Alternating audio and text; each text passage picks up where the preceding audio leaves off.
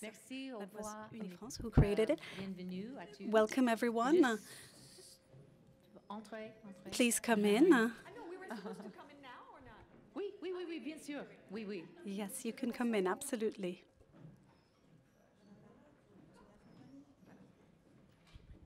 Et voilà. C'est la traduction, quoi. So the headsets are for translation. Je souhaite d'abord I just remercier wanted to les thank organisateurs the UniFrance organizers pour from ça et pour UniFrance la for having us conférence. here, Merci for beaucoup. organizing the conference. Thank you very much. We can applaud. Aussi, je souhaite And I also wanted remercier to nos généreux thank our partenaires, generous la partners, collection Dorchester. the Merci Dorchester beaucoup. collection. C'est joli ici. It's beautiful here. Et Hennessy. And Hennessy as well. Et ce n'est pas souvent And qu'on a la it's chance d'être not usual to have the chance to be with these three wonderful, remarkable women. Maybe it's the first time for us all, in fact. So it's quite an honor to receive you, to have Julie Delpy, Kristen Scott Thomas, and Danielle Thompson here today. Danielle was nominated for Best Script 3 times. She was nominated for an Oscar, and she won the Lumière Prize for her first film, La Bûche. Congratulations.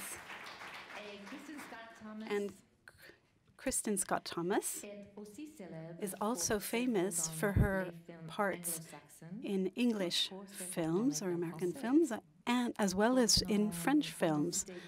Just to quote a few, her name was Sarah, Elle s'appelait Sarah, The English Patient, For Weddings and a Funeral, Gaspar Park, Darkest Hour. We could spend all afternoon quoting her films. Thank you, Kristen, for being here. And Julie Delpy, who also became famous on the international scale for her parts in films Europa, Europa, Killing Zoe Before Sunrise, An American Werewolf in London, and also as a filmmaker. She made 9 films, and Julie is also a musician who contributed to original music in films. She does everything. She was nominated for 12 Oscars, but most importantly for me is that she has been my friend for over 20 years now. So, Julie, I want to thank you for being with us today. Thank you so much. And I also want to thank Julie's father, who is here today as well. Thank you. I'd like to introduce Florence Bensadoun, our moderator.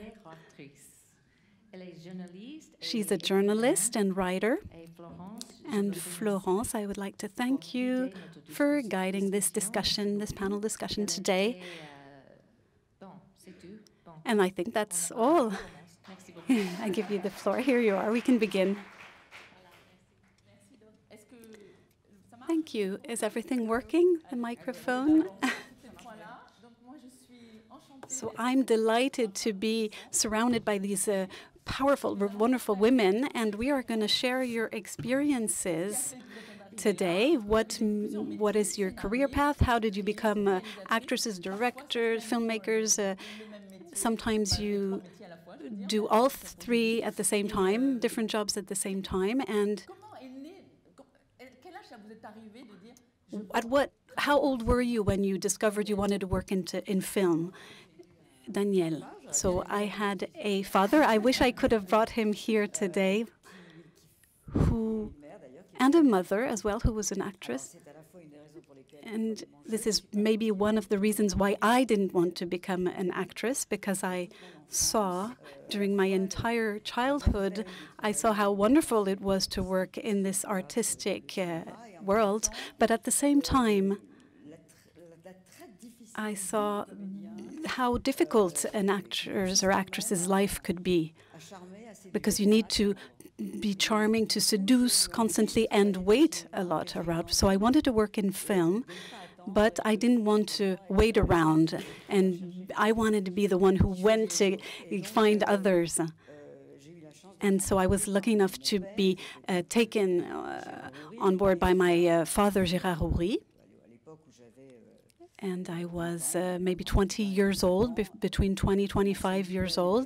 He was beginning his own career as a film director, and he took me on board. And for the first film, it was called La Grande Vadrouille. And that was my first film as a co-scriptwriter. It was such a fabulous experience to learn the job and to be part of a great film. The fact that it was also a great success, that I didn't want to do anything else, in fact. How old were you? 22 years old. That's quite extraordinary. So that was a wonderful experience. And in the beginning, I wanted to be a lawyer. I studied law for a year, and then I studied art history. And it's true that all of a sudden I realized that this was what I wanted to do. And I became an author, a script writer for a long time, until I finally, in 1999, I decided to try diving into filmmaking. So Julie, how old were you when you started? I started as an actress. My parents were both actors. My father directed plays, and I saw a lot of their work, of course. And for me, it was quite clear. I loved writing at a very early age, and I learned to do it quickly. I loved being an actress. I also felt, not only because I had seen my parents having to wait around a lot, like Daniel said, but I didn't necessarily like to be in this situation. And in terms of creativity, I needed to express things. So there are people for who being an actor, for my father namely, it's something that he feels totally at ease, comfortable with, and satisfied. But I wrote my first script when I was 15 years old. Of course, nobody financed the film. But no one put money into it. But it was a sort of Alice in Wonderland, a dark version of it, in the sewers in Paris. So that's how I started early, because I understood that with my personality, things would work better like this. I feel comfortable as a screenwriter and a film director, although I like to act, but I don't like being an actress, waiting around. That creates a lot of stress and tension for me. So and having to being loved by people, that's not how I like to see myself. I don't like this position. I felt quite uncomfortable as an actress. You were very young when you began. I was 14 years old with Godard. Huh? Yes, so very early I understood that I wasn't made for that, even though I think it's a wonderful job, it's a wonderful work, and I admire actresses. I know how painful it can be, how difficult it can be, and that's why I manage my actors like gentle creatures that you need to love. And I know how difficult, painful it can be to be an actor. Actors are the most exposed in a way.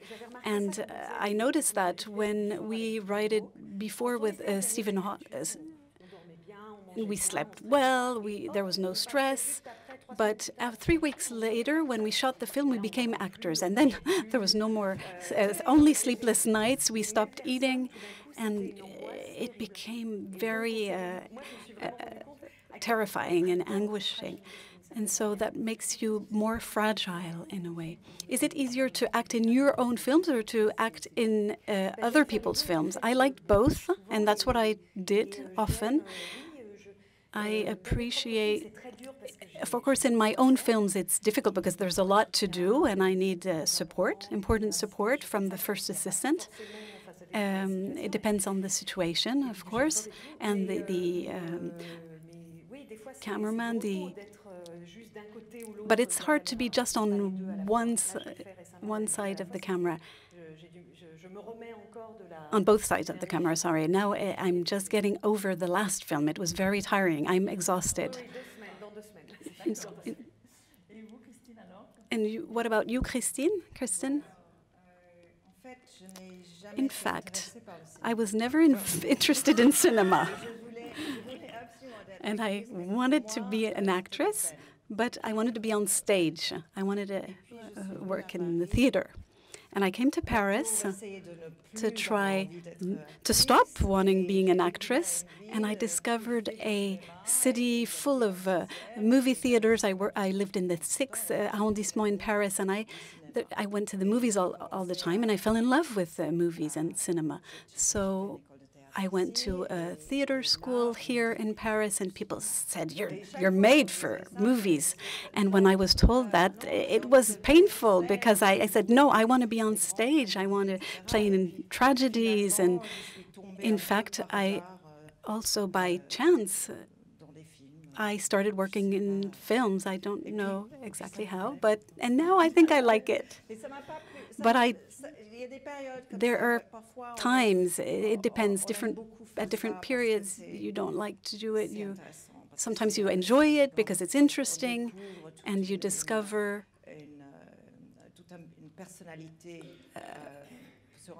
a personality, a character, and sometimes it's a job like any other job, like going to the office.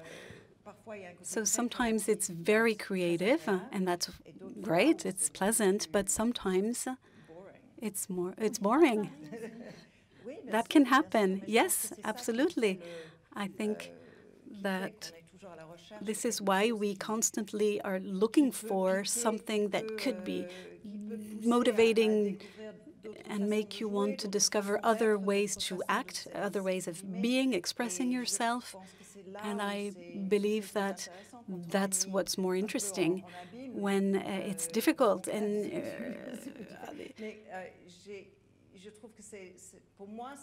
I think what's interesting for me, it's when I don't know what I'm doing. If I think I know exactly what I'm doing, it's not that it's boring, but it's problematic for me. So, and I think, as Daniel said, it's a job that is more difficult than we can believe for reasons that are personal to one another.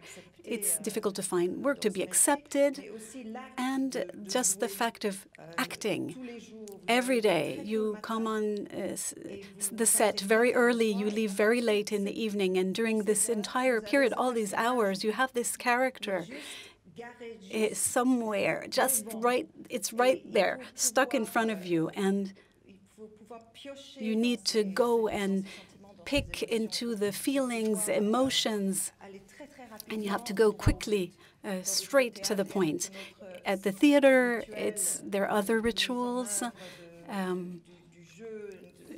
different ways to play. It's completely different. There's a warming up session, and in cinema you must be there, ready, and be boiling all the time. It's exhausting, and it's unsettling. It can be unsettling if you don't have the right people around you, the right support, because everybody, of course, is in cinema for different reasons. And depends on the films. Each film is different. Each experience is different. When I make a comedy, it's exhausting, but it's less tiring than a drama in which I must express heavy feelings and I go far into the dark side. So each day, it's like losing my family every day, and that completely exhausts you. And so a comedy is difficult on a different level because the timing is very specific, but the emotions are not exhausting every day. There are films that are totally exhausting. They can wipe you out. But as my mother said, you don't work in a factory. You're not going to work in a mine. You must... but of course, it can be tiring. It's an emotional exhaustion that is very strong. It can be physically exhausting too. As you said, you're up very early, 5 in the morning, and constantly under tension and ready to jump all the time. It means we're there, ready to jump. It's difficult. It's a difficult exercise. Danielle? When the first time I was on a set and I had to direct actors after having spent long years in an office with the co-writers, of course, I knew the fragility it represented because I was brought up by parents in this kind of, it's a special type of life that I had as a young girl when you having parents who were actors in film. So when we talked of seduction, anxiety, I knew about that. But when I found myself on a set, it was a great happiness, pleasure, joy. But I discovered late in my life to what was directing actors, and I had been frustrated for a number of years, just writing my scripts and giving the baby to the director. Of course, there were wonderful directors I worked with, and I could see the scenes I had written on the screen or in the editing room. And then of course, I wondered why the director had the actor say this sentence in this way with this tone. I had imagined it differently. Do you say your sentences out loud when you work? Yes, sometimes it can happen. I can read my text out loud. But I was confronted to a mystery, which was, will I know how to direct actors? Directing actors, it's a wonderful world. It doesn't mean to represent authority. It's just helping them, collecting their ideas, and also mixing them to yours, since if you have written the script. But I always remembered what my father told me, and he had this attitude, that you mentioned, which was a respect and fraternity for actors and actresses. And he said, actors are like silk paper. If you crumple them, you'll never get them back straight again. And so I was very gentle with the actors. I don't understand filmmakers who are, some make extraordinary films but are violent, or Gialla, or Clouseau, but they really are nasty with their actors. Oh, my father's looking at us. The only one I'm difficult with is my father. He's the only one I'm tough with. So it was a great delight, and I was fascinated by the fact that the actors who are older, who have a lot of experience, a lot of scenes in films behind them, often they have a fragility and a desire to do well, and they have a stage fright. Sometimes they can lose their means completely, get back on tracks for the next scene. But it's interesting to take part in this creative process, which is totally mysterious and fascinating. I was wondering, Christine, your parents were not actors. Did a film in particular make you want to work in films?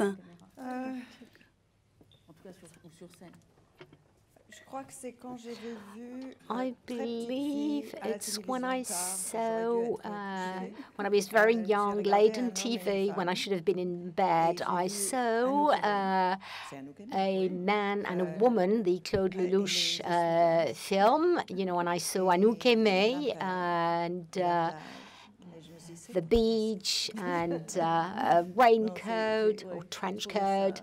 And I thought, what is this? I felt fascinated. How it was possible to create such an atmosphere with very few words.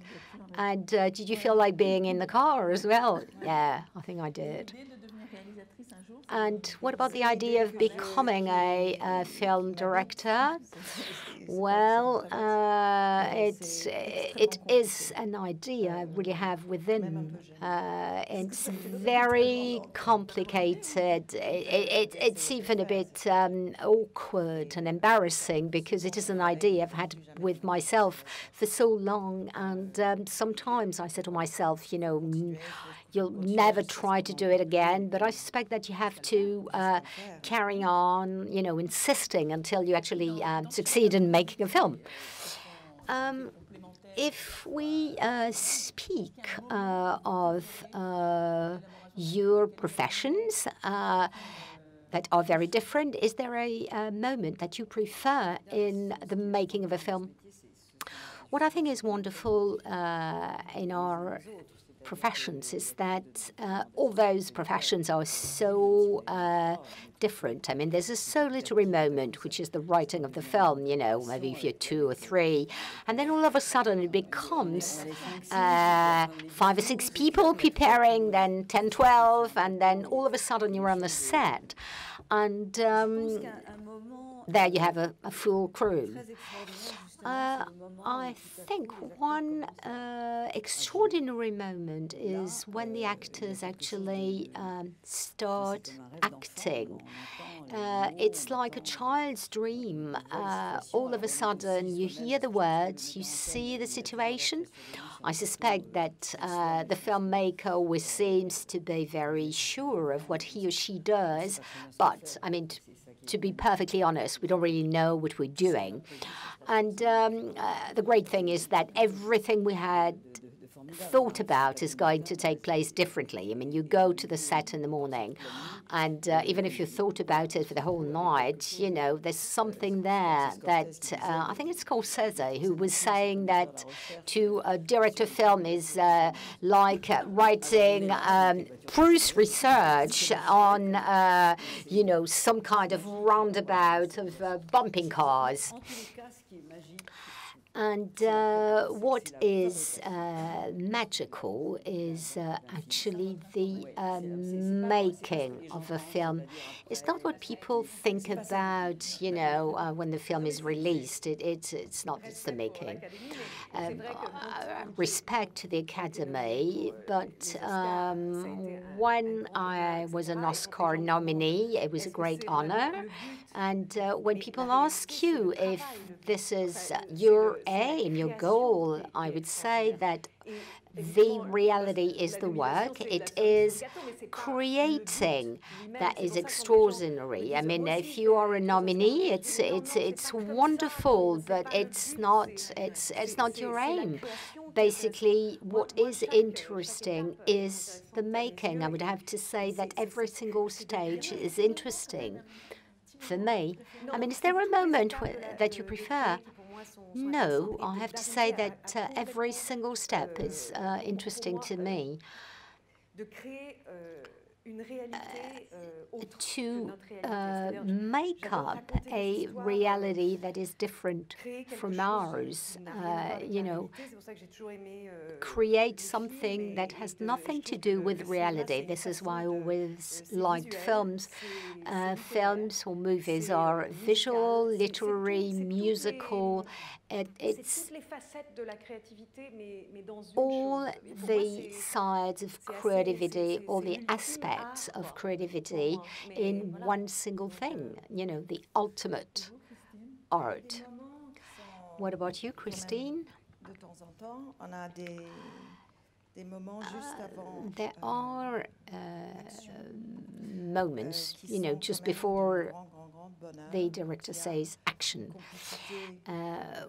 where you can feel the complicity with the crew, and you can feel, you know, you are together, and when you feel that the guy is actually holding this device to help you to look nicer when you're going to be filmed, you know, when you feel every single person on the set is with you, is in solidarity, you know.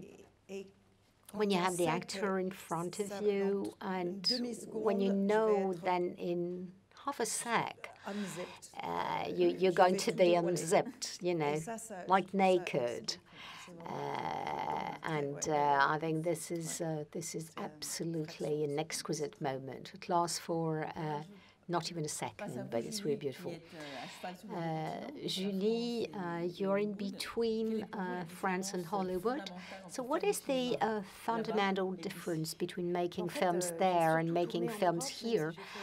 Well, actually, I mostly shot my films in Europe, even if I did my films, you know, I did some films in America as an actress. I mean, I know Hollywood quite well, but it's still something rather unclear. I believe there are still some steps to actually climb. You know, in France, it's difficult to be a female film director. But they're even less in the US. It's now only starting to change in the States. I mean, in France, we've got about 23%. In America, it's 5%. So I would say that we're better off in France.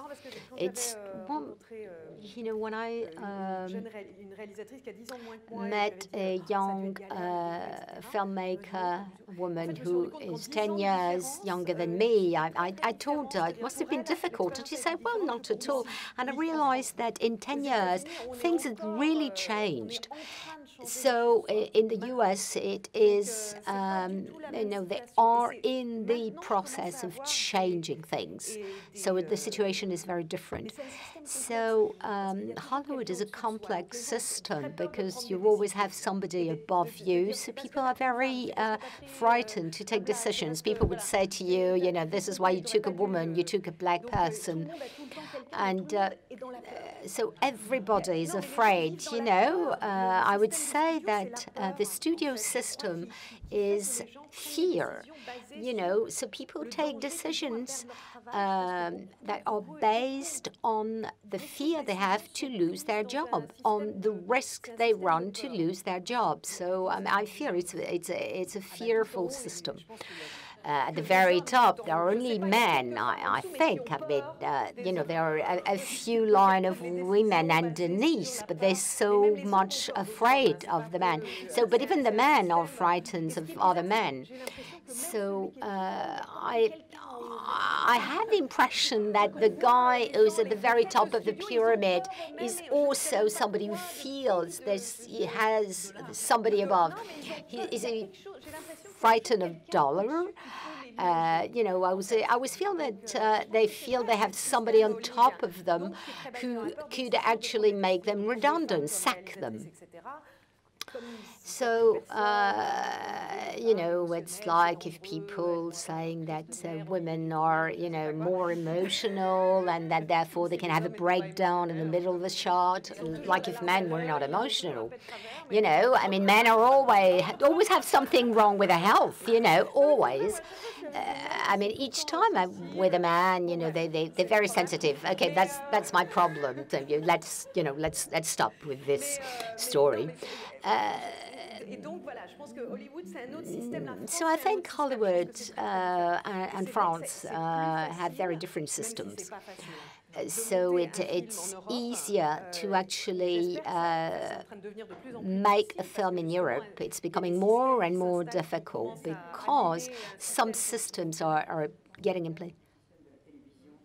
I think about the television system where the broadcasters are funders. And I think we also have this symptom of fear, you know, because people sort of say, well, this guy has to read, and there will be a commission plus another commission.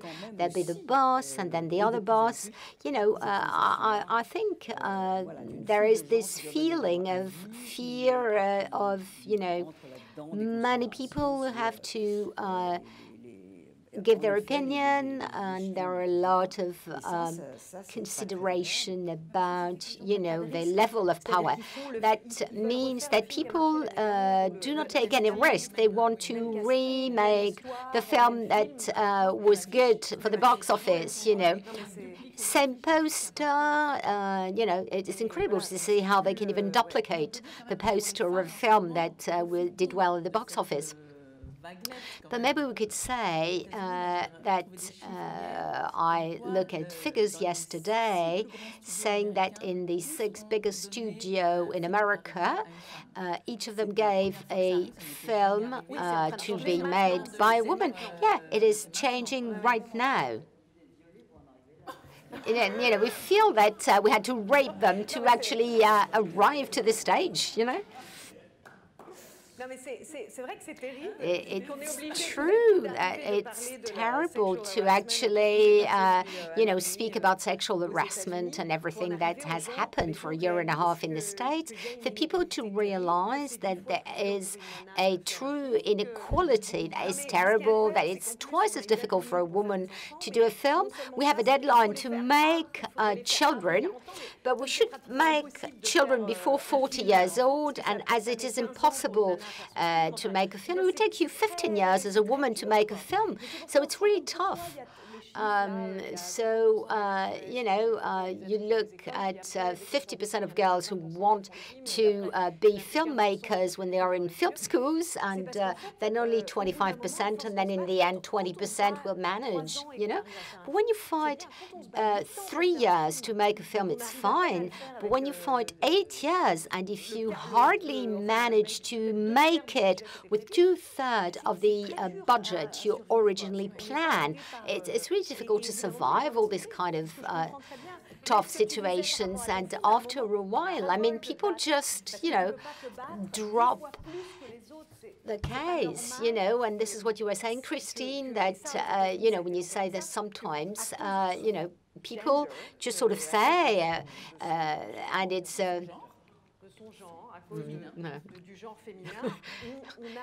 We would say sex in French, but opposed to gender. You have the possibility to be raped, obviously. You have to seduce. I find it's unbearable to have to seduce people all the time. And that really gets on my nerves. And what really gets on my nerves is that people live in systems and don't fight those systems.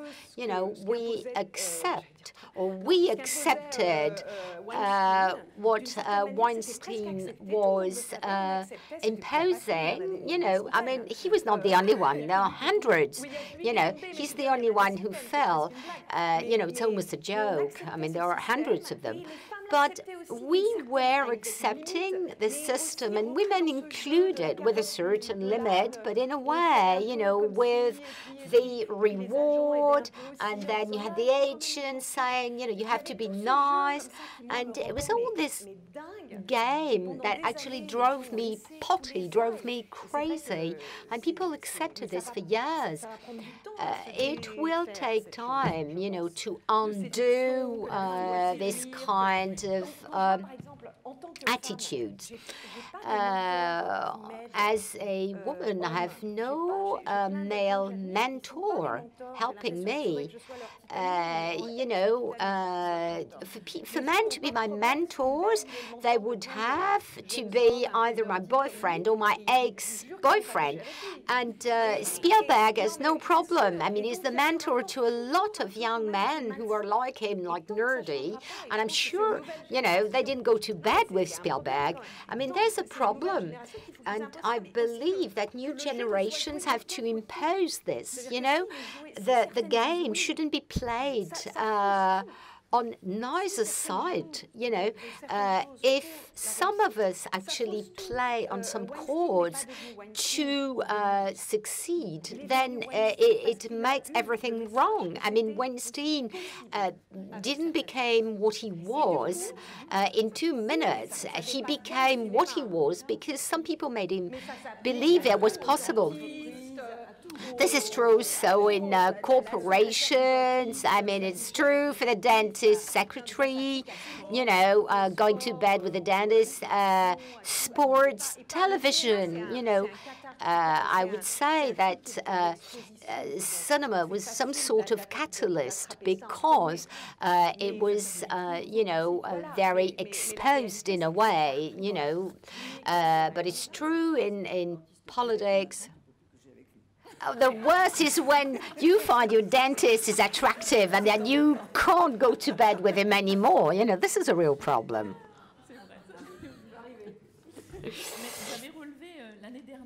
Last year, Rachel Morrison was an Oscar nominee for Mudbound as a cinematographer, and she said that, you know, when you women at the same position of a man always have to prove they are capable. 5 films of 1 million before you can do a film to 5 million, and 5 films at 5 million to actually prove you can do a 10 million films.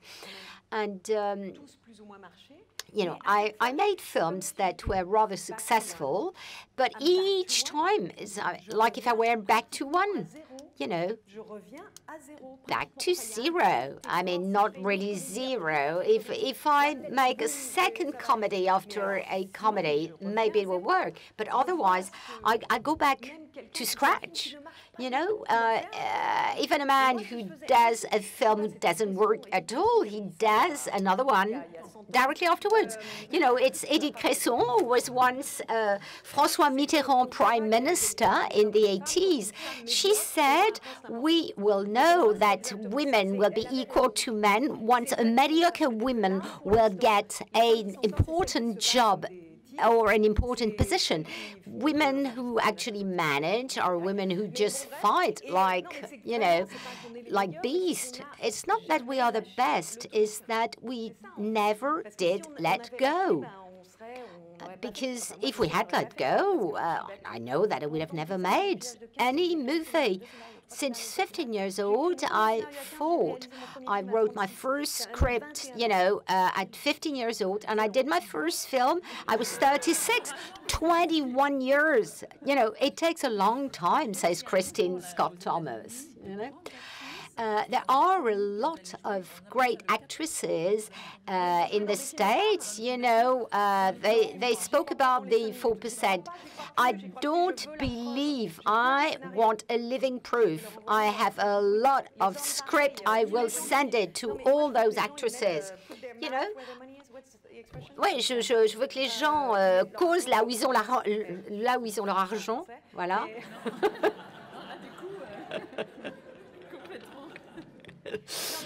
But, I mean, we have to stop to make feminist address speeches, you know, did things. You know, we have to do concrete actions.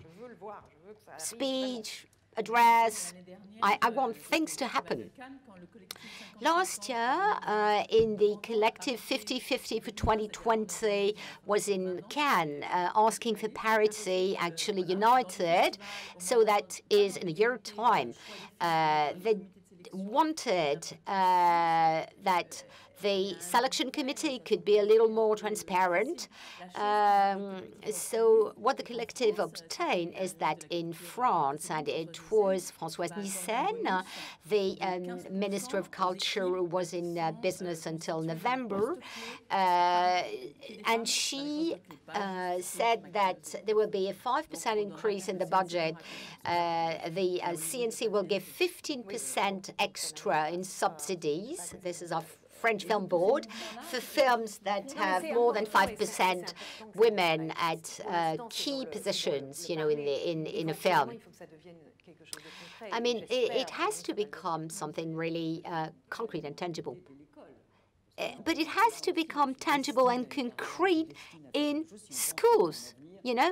I mean, you can look for a career if you think that you have a future.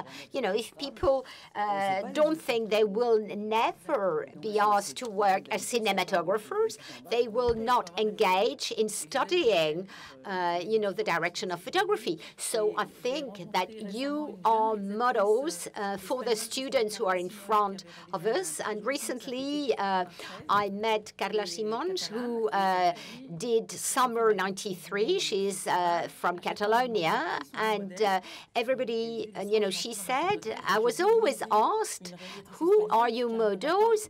And, you know, every night I went to my hotel room and I Googled to find who could have been my mentor in, you know, Spanish female film directors. It would be important for powerful men to engage as being the mentor of women without having to go to bed with those women, you know, without engaging in some kind of love relationship, just having a relationship of mutual respect that would have nothing to do with a relation between a man and a woman. You know, things will change. I think that 150 years ago, we'd have laughed at someone telling us one day women will vote, you know? It takes a long time. And my son is at school in the States, and there's something very strong on women. This is why little boys sometimes are a little lost, you know. Things are very open for creativity. My son is only interested by girls who are creative, you know. He's not interested in singers. He's 10 years old. He's only interested, but he's your son. Yeah, this doesn't go for nothing. He's only interested in girls who are strong and creative. So last year, had you been in Cannes for those 82 women who stopped on the 82nd step because there were only 82 women who had been selected for Cannes for 1,800 men, you would have gone with them. We were not invited, but I wasn't invited. Neither was I, so Daniel Thompson, but had I been invited, I would have come. I think we have to do a lot of noise, and you know, we have to do real actions until things are not changing. I believe that quotas that will impose parity are very important. You know, it has to become the standard. You know, to have half the film crew being women. You know, except of saying, you know, there's a woman who does the sound taking. There are a lot of women working in sound. I've met a lot of women working as sound engineers. A film composer is a male job. You know, the composer is a genius, so he cannot be a woman. You know, so this limit, a woman can be good, but, you know, something noble, great, is not really feasible for women, you know.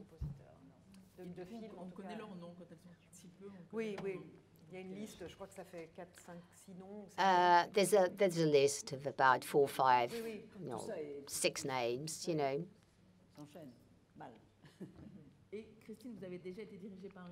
Christine, did you have a film director? Yeah, several times. Julie says she doesn't like it at all. Well, there were French, English, American, I don't remember. I did a film recently with Sally Potter. It was an absolute bliss to work with her. She had such a hard time to actually make her film, and I don't think the film was very successful in France due to its title, giving the idea that it was a remake of the Blake Edwards The Party. But it is a film that was very successful elsewhere in the world. It's a film we had to make in 12 days, you know, because I don't know what Albert Delpy, who is Julie's father, said because he hasn't got a mic. But the crew was wonderful, you know, coming from everywhere in Europe. There were people from Argentina, Colombia, Greek, German. Bruno Ganz was there. He died recently. And there were no monnaies, so we did the film in 12 days. And that was your last experience with the woman film director? Actually, I don't make any difference. I have to really think hard to remember who are the women I shot with. Very often people ask me, are there a difference? And I think, no, there aren't any difference. You know, people ask me to do something in a pleasant or in an unpleasant way. People try to manipulate me or don't.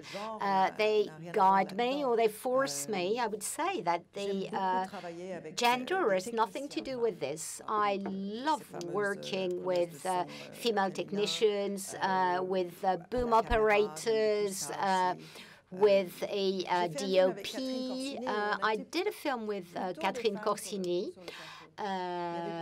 where there were more women on the set, on the shoot, and there was a different dynamics with the actors. You know, it was a love story where the woman falls in love with a man, and he becomes the object of desire. And I think that you know, the roles had been reversed. And there were several men on this shoot who were ill at ease because of this, you know, with a man who was an object of desire. Every man I work with, so yeah. it's but we I mean, actors, not all grips and everything, but Ils reviennent tourner avec vous pour autant, ça les gêne pas. no. So they come and work with you. I think actors can be at ease with this, you know. I think that if you know, it is the sort of the nature of being an actor to be objectified, whether or not you're a man or a woman. And I think, yeah, and I think it is changing for some men. Mais moi, je réfléchis pas non plus. C'est à ça qu'il faut arriver, c'est qu'il n'y ait pas tout à coup cette réflexion. And I don't think this is a factor. There are women I get on with and men with whom I don't get on with. It has nothing to do with their gender, really. But, you know, we were speaking about mentors, about role models. But what is important as well is to have beautiful roles for women. I think there are more and more beautiful roles for women, you know. I'm starting to read roles for women who are not victims, who are not beaten up, women who are just heroes, and I think this is a real step forward. The film I've just finished is on a woman who's a hero. We could at first believe that she is a victim, and then things will change. And it's not easy to convince people to make films with heroic women, especially a woman, you know, of a certain age, you know, 40 and 50. I believe that in the States, there's still this image of a woman, you know, from 50 years of age who would just have 3 lines in a film and 3 lines of complaints, and that will be it. And then, you know, back to some kind of cupboard. I think that, you know, generally speaking, I feel that men have all their sides shown up, but women usually have one side, but it's true that it is changing. Yeah, I receive tons of scripts. And no, every now and then I do get some interesting scripts with wonderful parts. And, but they always take Meryl Streep at the end.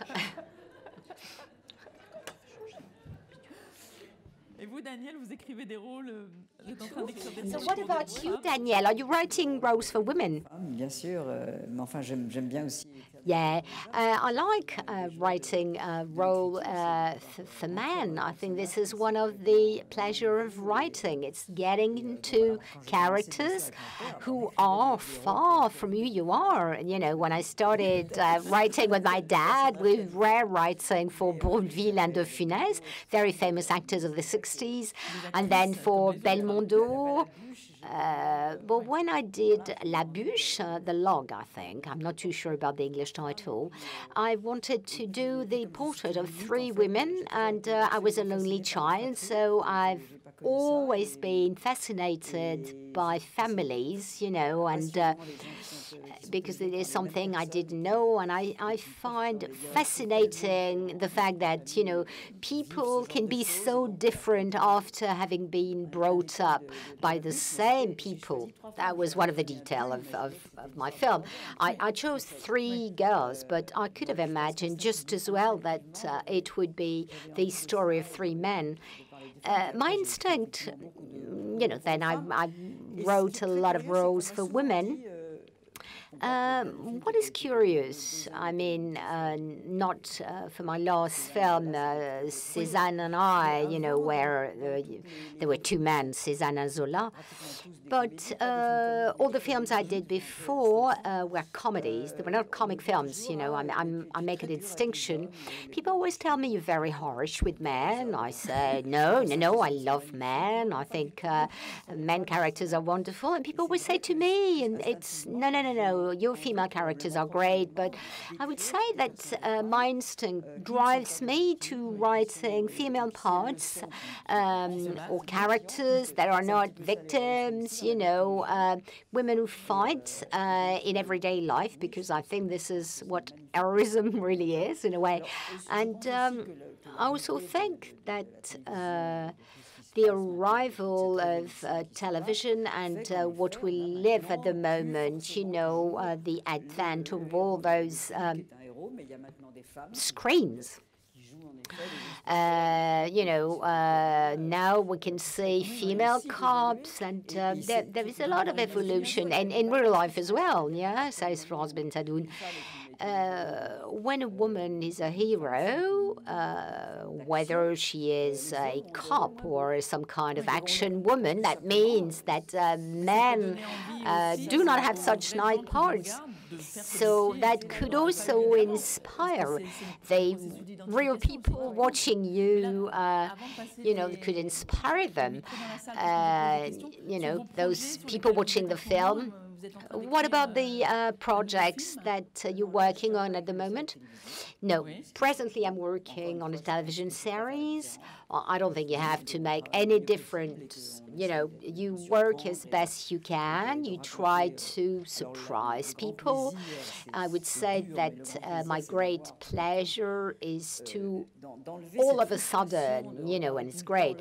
You know, when you're making a film, you always watch the time, saying, God, if it's over 1 hour 50, 2 hours. When you're working on a series, it's absolutely highly pleasurable to actually be able to develop secondary characters in a more precise way. And so you're writing at the moment.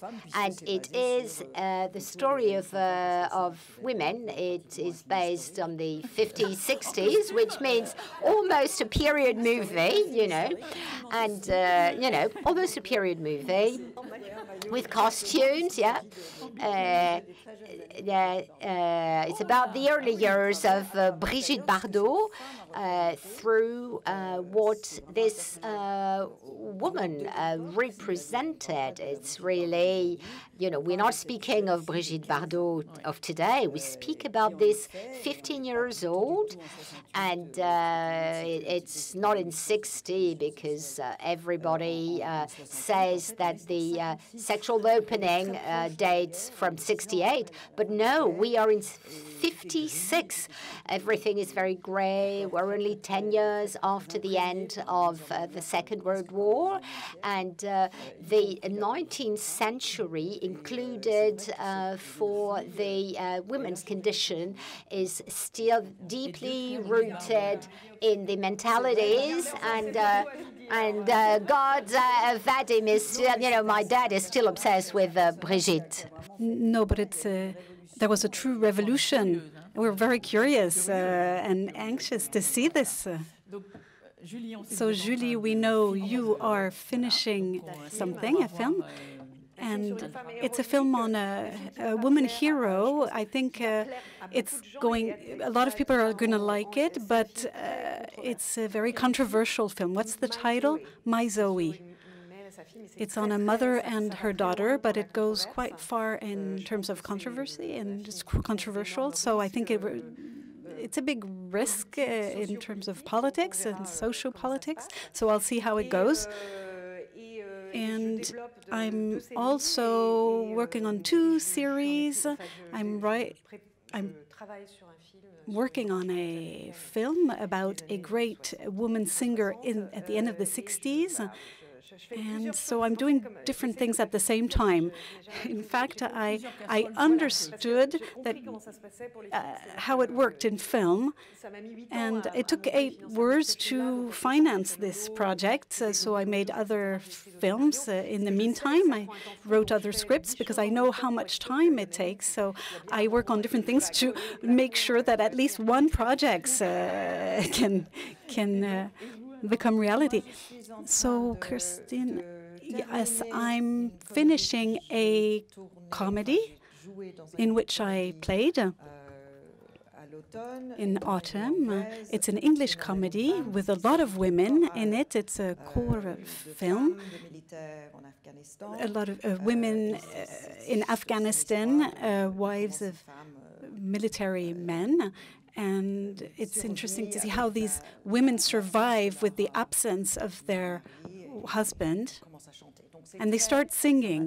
So it's a really wonderful film, and we have reshoots to do, something that I think is not done in France. Yes, we're reshooting certain scenes because we have we show the film to the audience, and people say, I haven't understood this and that, so this is why we need to reshoot certain scenes in order for the audience to understand it. It's a totally different way of working and a different way of making movies and theater as well. In England and in the United States, you have 10 to 15 days, 2 weeks of previews, and then you can maybe eliminate things that are not understood and to please the audience.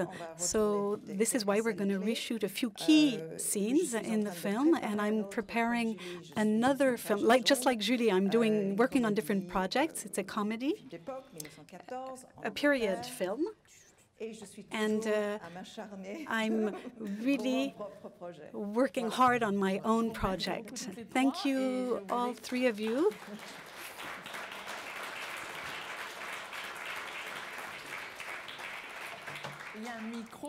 There's a microphone that's ready for you to ask questions in the audience. Is there a question?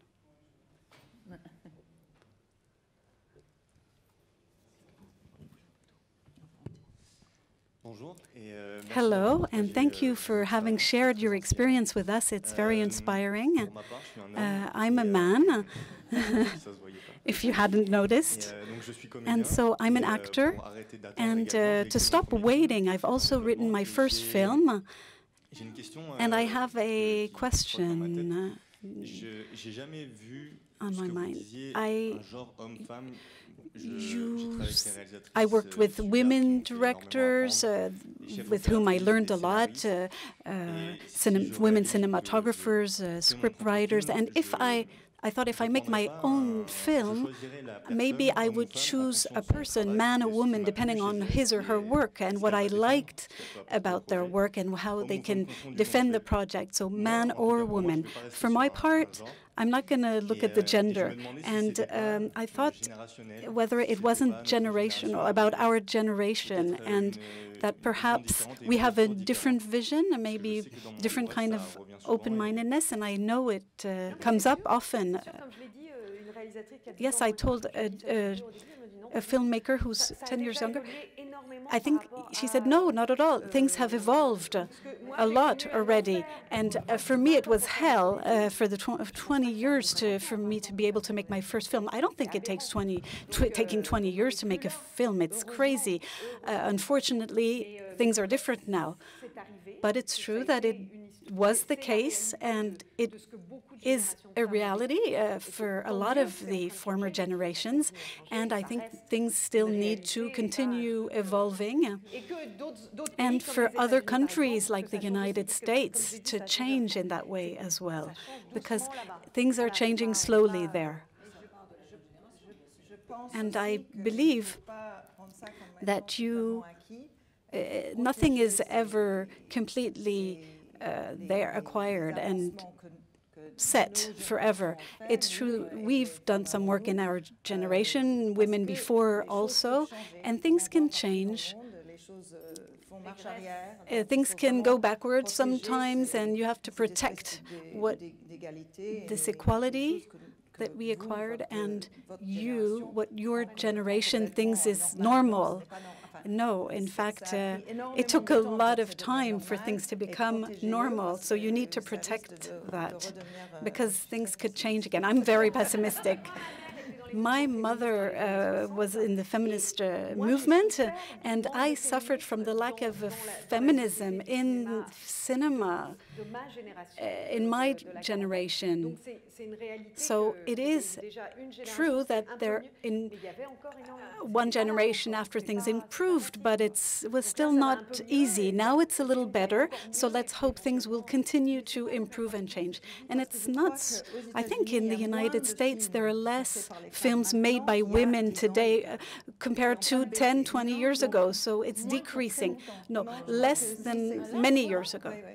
Even now, I wrote a film on people making films in 1905, so I studied what happened at that time, 1905, so the very beginning of filmmaking. There were more women filmmakers, then they changed and they moved towards editing. So this is why I think there are a lot of women editors, and they stayed at home to take care of the children. Men went to shoot the films, and so they stayed at home. They made films together, men and women. And I think Griffith, his wife edited his films. And so there was this sort of duet. Men used to go in the far west, and women stayed at home. She edited the film. So, and that's a crucial part of a film. But it started with a lot of women film directors. There was a woman called Alice Guiblaché, who was at Gaumont, the woman making the first fiction films. First fiction film was made by a woman, in fact, Alice Guiblaché. And she was in the United States. She had emigrated to the United States, worked in a studio, and she made fiction films who were lost and recently found again. So it was there was more of a feminine world at the time. And I made a film on a film director in 1910 with an extraordinary role. The man was also fantastic. He was funny, like a Buster Keaton. And people are shy. Actors are afraid. Excuse me, but some actors also want to be in agreement with the trend, with the movement, and it's not as simple as we might think. This is why I want action, less words. It's great that your generation don't have to manage the hell. The hell, I'm exaggerating a bit, but it was hell, we have to say. Or frustration. It was hell, because when you're creative and you can't express what you need to express, when it's impossible for reasons that are abnormal, it's totally frustrating, and that really eats you up from the inside. It was my case for many years. This is why I'm as I am now. So is there another question in the room? Bonjour. Hello. My question is about working in two different countries. I studied in London. I'm an actress as well. And I studied there because I'm French, but I didn't feel I belonged here. I was looking for something different, something else. And I loved theater in London, so I went to live there. And after 4 years in London, now I feel that I'm not British, but I'm working on my accent. I'm not English, but I'm even more lost now. So I wanted to ask you if you had advice you could give me, since you've worked in many countries and in both languages. Christine? Oh, I know it's difficult. I don't know what to say. I'm fighting with this every day. Where do I belong? Is it better for me to make films in France, or must I concentrate on English-speaking countries? Or if I make this film with a French script, of course, a French script is written so differently from an English or American script. There are more descriptions, it's more literary. And it's often the director who writes the script, so we cannot tell him, oh, I don't like this sentence, because, ooh, that's terrible. You would really hurt the author. So in England or in the United States, it was always a work in progress. So it's always a third party. And so there's more distance. It's less personal. That's my opinion. I think I made films in the United States which were very personal. No, I'm talking, of course, there's Ken Loach and Arnold, the absolute genius, but I'm talking rather of the movement, if I may call it so, like the general idea, which is becoming more complicated than in the past with all the new systems. American cinema, French cinema, British cinema, it's more difficult to define them, because there are more genres. I think it's hard now to say, except for Star Wars films or catastrophe movies or Marvels, perhaps. What is American cinema? There's so many different things coming out from the United States, England, France. I pity you because it's going to be a long road. It can be interesting and very rich, very exciting, but it's hard to choose. To answer, I think it's an advantage in the end. Very interesting today with everything that's being made, to be bilingual, having this experience of 4 years in England and being able to offer productions. A multicultural person such as you are, I think it's a big chance, a big opportunity, which will be more useful now than ever, because everything works better together now. I think we're starting. I have to speak about television because now it's so important today. I hope Europe is going to be better off soon. But we're starting to make films, even big companies like Netflix, HBO, etc. They're shooting it in the language of the country. And when you adapt the L'Amie Prodigieuse, it's in Italian, so it's dubbed in 150 different languages. But we're starting to merge really with the local culture, and I think someone who can go from one to the other, it's rich, it's great. I try to be more optimistic. No, I really realize that I said such things, but it's true. It's a big advantage to be able to work in both languages, go here and there. And what's difficult is to manage both at the same time, having these two careers at the same time, and balance, finding the balance, making a French film, making an English film. It's the purpose of your success. You're an example that it can work. You're the perfect example. Your inner trouble, your inner tourment n'est pas forcément. Your inner worries and troubles. Voilà.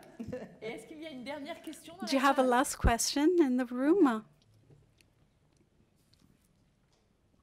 Bonjour. Hello. Je suis américaine. I'm American. I've been living in Paris for a long time now. And since I heard about quotas, Me Too, all this comes rather from the English-speaking countries, or are you also concerned, or do you support the diversity behind the camera and in front of the camera? Because it's also a fight for actors, for colored actors and actresses in France who are not seen and not represented. There are a few, but it's always the same ones. I think it's hard to maybe quote just 5. I'll be nice and say 10 actors or actresses who are Black or colored and work regularly in France. Is there? I don't know if there is a special movement. I know there is one in England. Is there one here? Yes? Yes, there's a documentary film that is being made by Alissa Maïga. She has written a book with several actresses, and that was sold. But it's true that diversity is part of France, yes, France, and the fight about equality on all levels, whether women, diversity covers a lot. I think it's the same fight for me, and this fight is led in parallel on Me Too and a fight on diversity. And it's going in the same direction. And even through history, they've worked together, whether for women's rights or African American rights in the United States, civil rights. Everything was close, happening at the same time. So for me, the question is, how do you represent a population in a country in cinema? You must have equality. And half of them are women. Half should work as much. There's a certain number of diversity in France. It should be represented at the same level, equally as it is present on the territory in France. So there's a lot of work to be done here in France too. Of course, in the United States, it's been a strong subject and things are changing. And in France, it's the beginning of this movement as well. It's a real reflection of society. When we created the Rabbi Jacob, the character there was an Arab character who took Louis Funès as hostage, and I remember very well that my father looked for a long time, had to organize castings.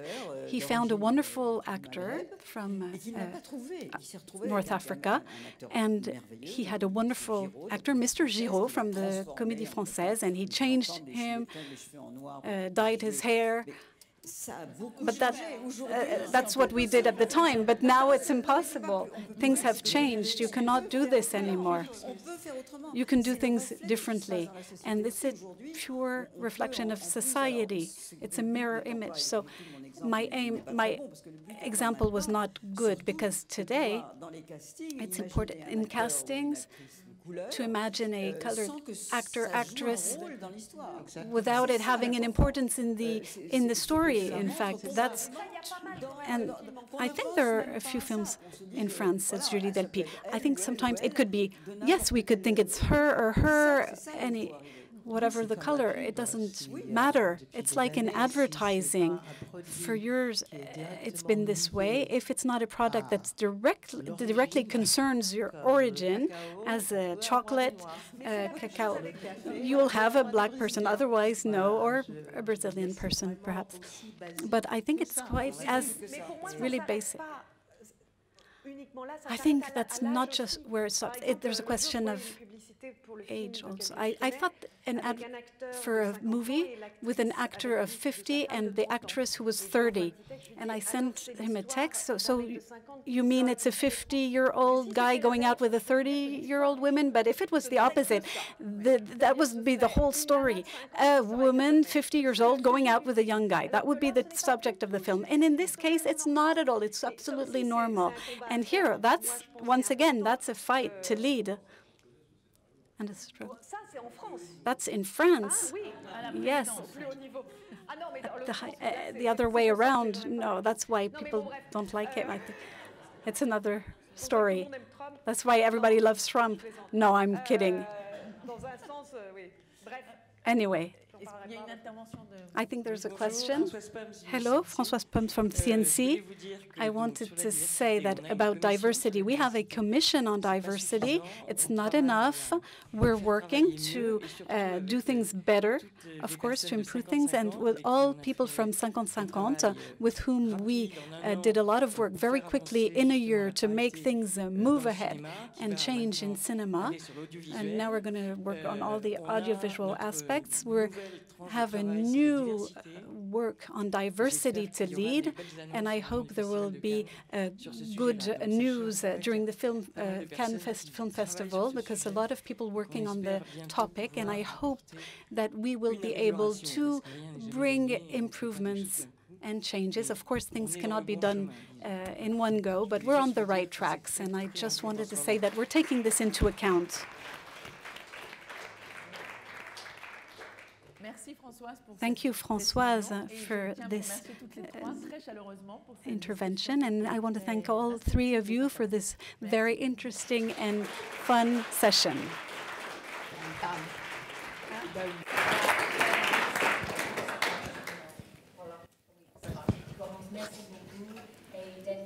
Thank you very much. Je vous remercie. I want to thank everyone, remercier tout le monde. All Merci pour parler franchement et pour toucher tous les sujets, and, tout ça. on all the different subjects. Merci. A big thanks. À tout à l'heure. Et UniFrance. Thank you to UniFrance. Big congratulations to UniFrance. Thank you.